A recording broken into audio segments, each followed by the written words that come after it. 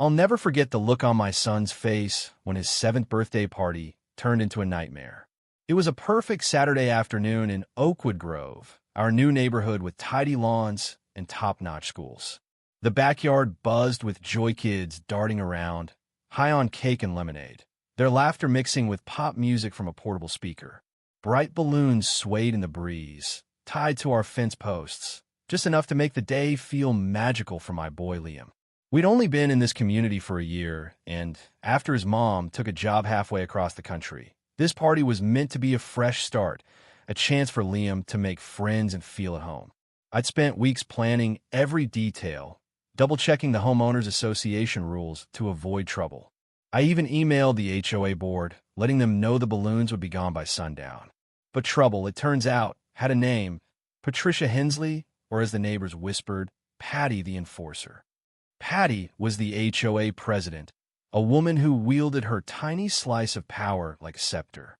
She'd replied to my email with a curt note about community standards and unauthorized displays, but I figure my polite response promising the decorations were temporary would settle it.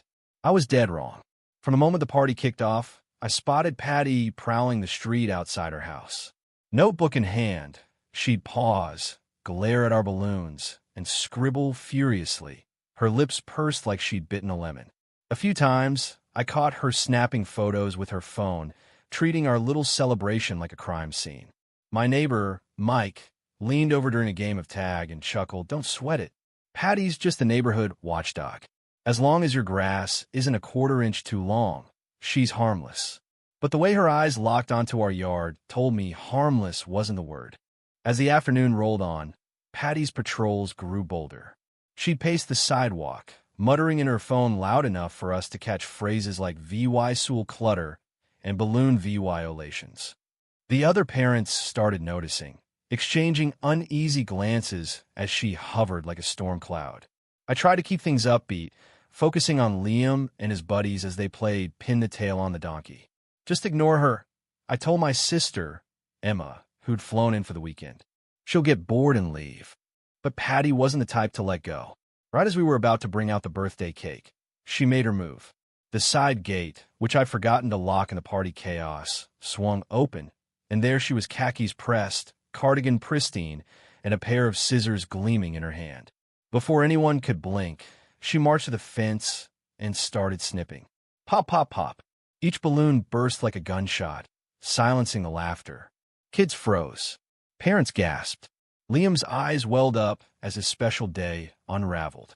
"Excuse me," I snapped, shaking off my shock. "What the hell are you doing on my property?" Patty didn't even flinch. "Enforcing the rules," she said, her voice eerily calm as she popped another balloon. Section 14, Paragraph 3. No unapproved decorations, streamers, or balloons without board consent. Consent? I'd sent her an email. The kids are crying now, clinging to their parents. Liam buried his face in Emma's side, and I felt my blood boil. "You're trespassing," I said, stepping between her and the remaining balloons. "You're destroying our stuff. Get out. Now." That's when Patty's cool cracked. "I have every right," she shrieked, brandishing the scissors so close to my face I could hear the blades click. "I'm the HOA president. You're making a mockery of our standards with these balloons." She spat the word like it was poison. The neighbors, who'd been watching in stunned silence, finally moved. Mike and a few others formed a wall between Patty and the kids. Mrs. Larson from next door ushered the children inside, her phone still recording the chaos. Emma was already on the phone with 911, whispering, "We need the cops. This woman's unhinged." Mike stepped forward, his usual grin gone. "Patty, the police are coming. You should go before this gets uglier." For a split second, I thought she might back down, but her face turned beet red. "The police?" she scoffed. "For upholding community guidelines? This is absurd. I'm protecting property values." But her confidence wobbled as she noticed every adult either comforting a kid or filming her meltdown. The wail of sirens in the distance only deepened her panic. When the officers arrived, they split us up, taking statements and re-VYing the VY Deos. Patty tried to spin her story, while VYing her phone and insisting the HOA bylaws backed her up.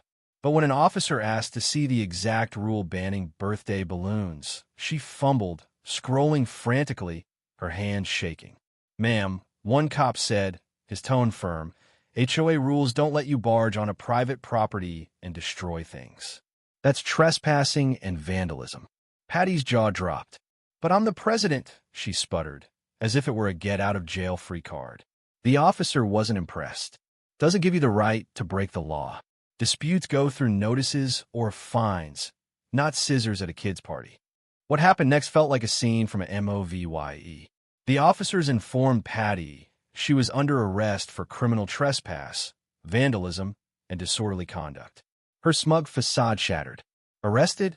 She squealed as they took her scissors and cuffed her. "I'm a VY Tim here.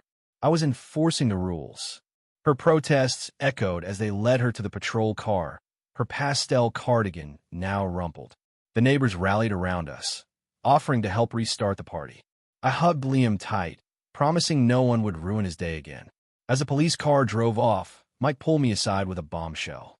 "I've been on the HOA's design committee for years," he said. "There's no rule against temporary party decorations." Patty made it all up. The fallout was swift.